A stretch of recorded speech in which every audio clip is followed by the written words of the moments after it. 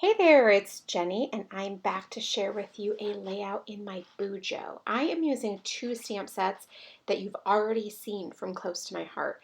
I told you when I used them the first time in my memory planner that I absolutely loved them, and I was not kidding, and I couldn't wait to use them again, particularly that imperfect backgrounds. It's so cute. Now I am drawing my layout. I'm using a pencil first, and I am making the columns 12 centimeters tall by, oh, I'm sorry, 15 centimeters tall by 12 centimeters wide. And then I will create three columns within those boxes. So they'll be about 4 centimeters wide. I use the pencil first so that I can stamp on top of it, and then I can go back and erase and only create lines around the stamped images. That way I don't have lines going through the stamped images, if that makes sense. Now, the Saturday and Sunday boxes do get split in half, which probably is kind of a bummer, but you know what? In a layout like this, there's just not a whole lot of options if I want to do vertical columns. So it's cool. I'm also going to be using two of the Close to My Heart ink pads, the Archival Black and the Glacier. That Glacier color is stunning. And the thing that I really like about these ink pads so much is the way that they go together. They're magnetic and it just ends up being fabulous. Now look at that beautiful color. So I'm going to create a visual triangle of my decorations. That's nothing new. And I will use the Glacier as sort of the background. Now I do have like a weird VersaFine Clair ink pad behind the left side so that I can get an even impression. Now I'm going to use this big flower and stamp down here in the lower left hand corner. Now when I'm stamping this one, I'm using the Archival Black, but I am not doing like a bang up job of making sure that I get an even firm impression across the entire thing. Now my hope by doing this is that there'll be a little bit of white space in the center left, and that's what I want. Now I know that sounds probably really crazy, but there's another stamp on that stamp set that has like ink splatters and stuff, and I thought it would be so cool to have like the ink splatters on the flower, but I wanted to make sure that there was a little bit of blank space in the center, so I did that on purpose. I know it's crazy, right? I'm just kidding, it's not crazy.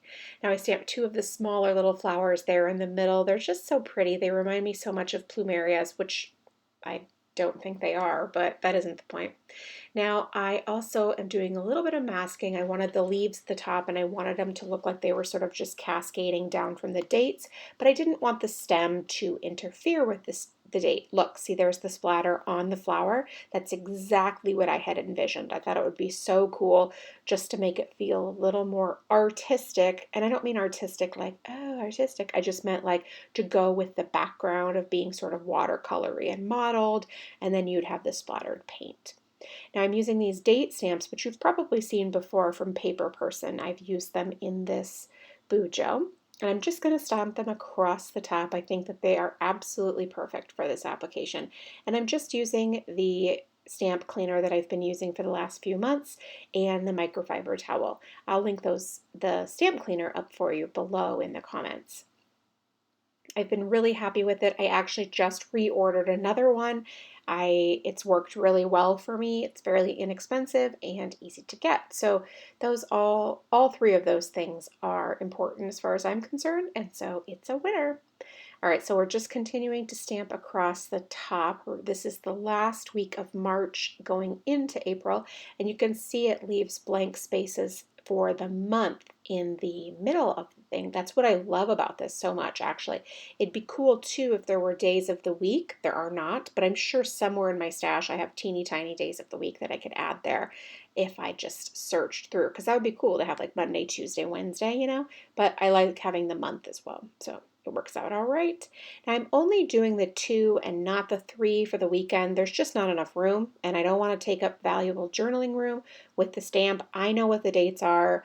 It makes sense. You flip to the next week and it goes to 4. It's perfectly normal. So it is a-okay with me to not do that, and this is where I'm going to add those little months. Don't they look great? I think it's just the perfect stamp set for this.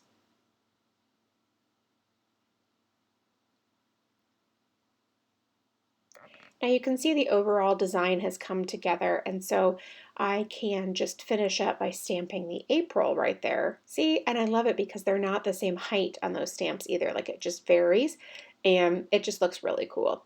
Now I'm going to use the same ruler that I used before, and I'm using a Papermate Flare pen to draw the lines. I love how thick and black that makes it look. It definitely really pops with a lot of contrast right there. And I think this is going to look very cool in the end when I'm all finished. I'll probably use a mild liner to draw some stripes for my journaling, like little strips to make it stand out. And it'll be very pretty, I'm sure. And you can see how, like, for example, between Tuesday and Wednesday, those small flowers, how I didn't draw the black line over the flower, so it lets the flower stand out, and it looks as though it's on top of the line, which was the effect that I was going for, and that's why I do this in pencil first.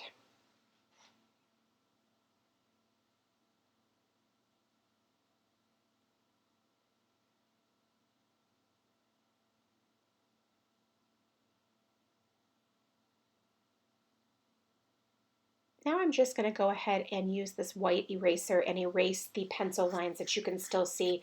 There's usually just a couple in the stamped images and then sometimes around the corners and things like that where I have a hard time getting it completely lined up. But in the end, it doesn't really matter as long as it all comes together and looks nice. You usually can't tell.